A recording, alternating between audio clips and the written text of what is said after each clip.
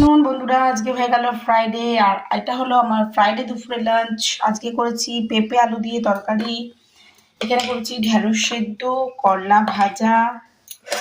কালকে যে পাট শাকটা ছাড়াচ্ছিলাম দেখো, আজকে রসুন দিয়ে করেছি আমি পাট শাক। এখানে করেছি মুসুরির ডাল, আর কালকের মটরের ডালটা রয়ে গেছে এটুকু, ব্যাস এই হয়েছে। আর যদি ডিম খায় তাহলে ডিমটা ভেজে দেবো। এখানে ওয়েদার বেশ ঠান্ডা ঠান্ডা। তোমাদের ওখানে কেমন ওয়েদার অবশ্যই জানিও। গুড মর্নিং বন্ধুরা, এখন হয়ে গেল 10টা 29। আজকে হয়ে গেল নেক্সট ডে। কালকে তোমাদের সঙ্গে লাঞ্চের পড়া করা হয়নি, কারণ সন্ধ্যেবেলা অনেকগুলো কাজ ছিল। আর মিঠির যেহেতু খেলতে যাবে তার জন্য ওকে কিছু পেপার সাবমিট করতে হবে, সেগুলো রেডি করতে করতে কাল আমার বাড়ি ঢুকতে ঢুকতে প্রায় 10:30 বেজে গেছিলো। তোমাদের সঙ্গে আর ব্লগটা কন্টিনিউ করতে পারিনি।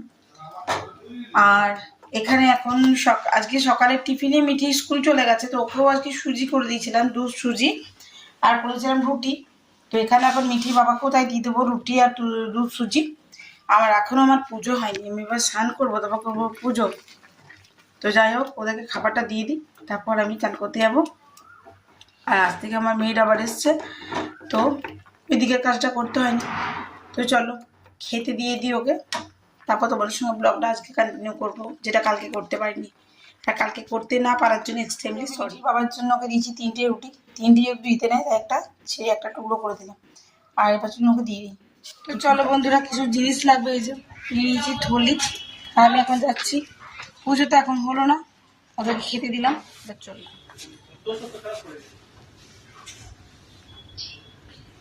তুমি এখন এখানে খুঁজতে এসছি শুকনো লঙ্কা, আর কি এগুলো এখন নেওয়া হয়েছে আপাতত। পেলে শুকনো লঙ্কা ছোট প্যাকেট,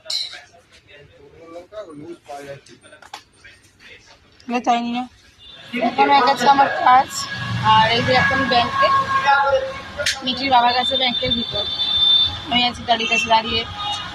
এখন কিছু জিনিস নেবো, নিয়ে যাবো বাড়ি।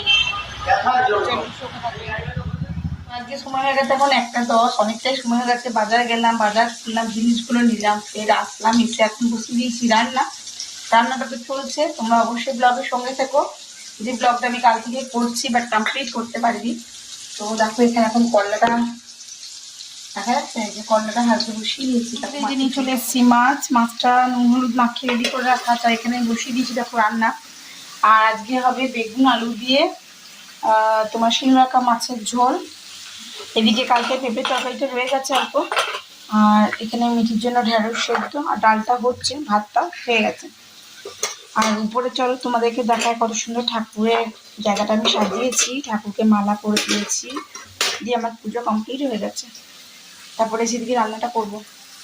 চলো বন্ধুরা, আমি চলে এসেছি দেখো ঠাকুর ঘরে।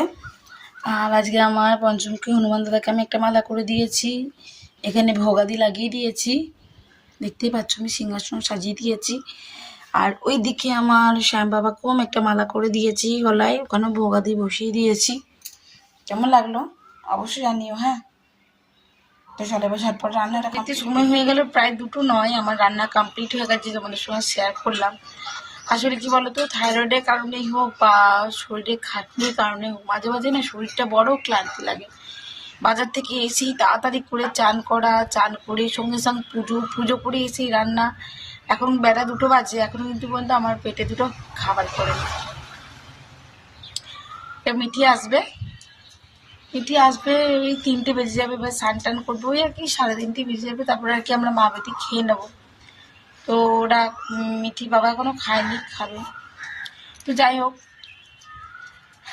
মাঝে মাঝে শরীরটা বড় অস্থির লাগে, ভালো লাগে না। বাইরে ঘরে করতে করতে না শরীরটা বড় বিরক্ত লেগে যায়।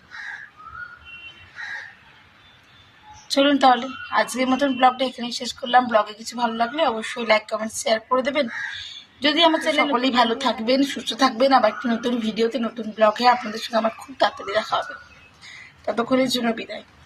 আর কালকে পেপারগুলো করাটা খুবই দরকার ছিল, যার জন্য আর ব্লগটা আমি কন্টিনিউ করতে পারিনি, কারণ আমাকে অনেক জায়গা থেকে পেপারসগুলো রেডি করতে হয়েছিল।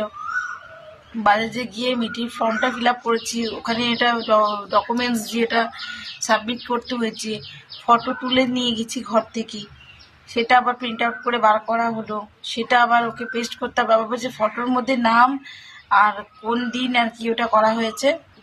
এখানে ন্যান্সি বসেছে, ডিস্টার্ব করছে আমাকে। ন্যান্সি সিট কর, সিট কর। যার কারণে কালকে আর আপনার সঙ্গে ভিডিওটা কন্টিনিউ করতে পারলাম না। ওখান থেকে দৌড়ালাম ছবির দোকান থেকে গেলাম, আবার ওর সেই কিছু জিনিস কেনার ছিল, খেলতে যাবে, সেগুলো লাগবে বললো, সেগুলো আবার কিনতে গেলাম। আর কালকে কিনে নিই, নাহলে এত তাড়াতাড়ি